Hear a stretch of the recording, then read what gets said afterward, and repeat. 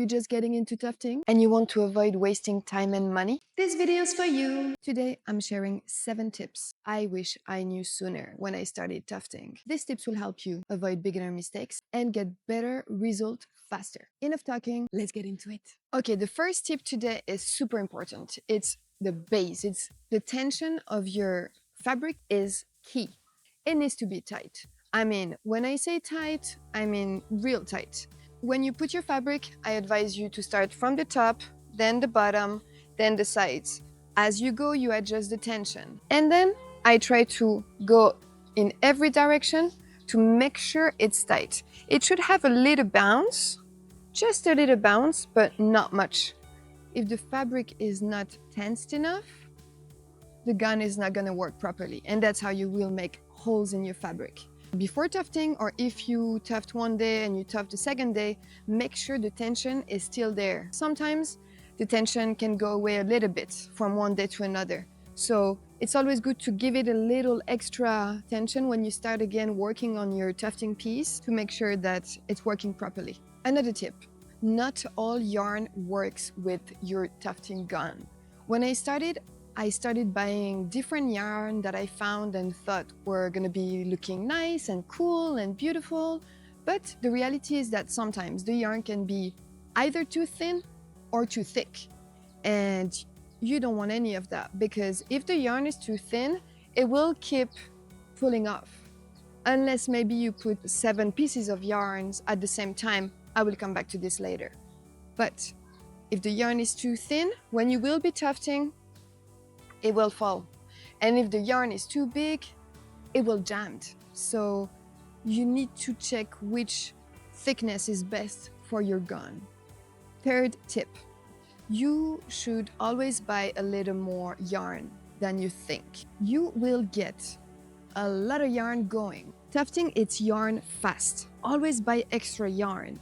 Way more than you think you'll need, especially for larger rugs. And especially if you have to order online, I would avoid yourself to have to order again, like take an extra 1 or 2. Especially if you have to order online, I would advise you to take a little bit more than what you thought is enough, to be able to not have to put on a break your project and reorder again. And you can always use it later anyway, it's never a loss. I think I'm getting eaten by the ants. Jeez. So, regarding the thickness of the yarn, when you start tufting and you want to make a line, sometimes you think it's going to be thick enough. And then when you tuft other colors on the side of that line, you realize that your line is not that thick. So, I would advise you to make your lines thicker at the start than you think. I will show you my first rug. I made a portrait. I didn't choose the easiest thing to do.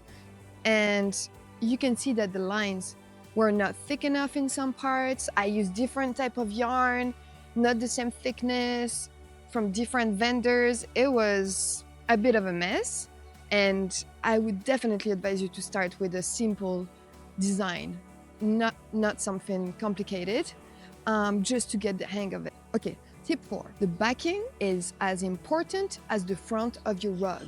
You cannot underestimate the time and the quality that needs to have the back of your rug, because the back of your rug is going to determine the longevity of your rug. So really research well into the way you want to glue, how you take care of the borders of your carpet, which fabric you want to use at the back, because this is gonna really give that professional look or not to your rug. And I've spent a lot of time looking for the best technique for myself. I'm not gonna tell you right now which one is best, because there is different ones and many are okay and many are working. And it really depends on your workflow and if it's gonna be a rug for the floor, if it's gonna be a wall piece. All I'm saying here is that take the time, don't rush the gluing part, the shaving part. All these final touches are what makes your rug amazing or not. Tip number 5. Before you start tufting your rug, train with your tufting gun on the fabric. Train to make a straight line, to make curved lines, so that you don't start your project and messing it up straight up. You take some time on the side of your rug where you're not gonna tuft your final piece to train a little bit before you start making your lines for your rug. This is gonna make a whole difference. And about that, here is the 6th tip, which is about your gun. Tip number 6. You can control the speed of your gun, and it's amazing. On your gun, you usually have a little knob there where you can change the speed of your gun. And why is it amazing? Because when you are doing very precise lines or in a very small area, you don't want the gun to go too fast. You need to be precise and take your time. But sometimes when you are covering a big area with straight lines from bottom up or whatever, you can go fast and you want to go fast. So therefore you can accelerate the speed. So this is a good idea to train to use on the side of your rug, on your fabric before tufting. You can practice doing lines and curves and changing speed too. My last tip, tip number 7, you can use several threads of yarn in your gun, and that makes you save time too, because when you have a thread, let's say pretty moderate size, you can usually put 1, 2, maybe 3, it depends of the thickness of your yarn, but you can put all these threads in your gun and tuft with it. So when you do this, the yarn on the other side will appear thicker and it covers quicker the area, as if it was only 1 thread only. For example, when I have yarn that is really thin, but I only found this specific color and it's thinner than what I usually use, I put 3 or 4 threads in my tufting gun so that I can cover quicker the area.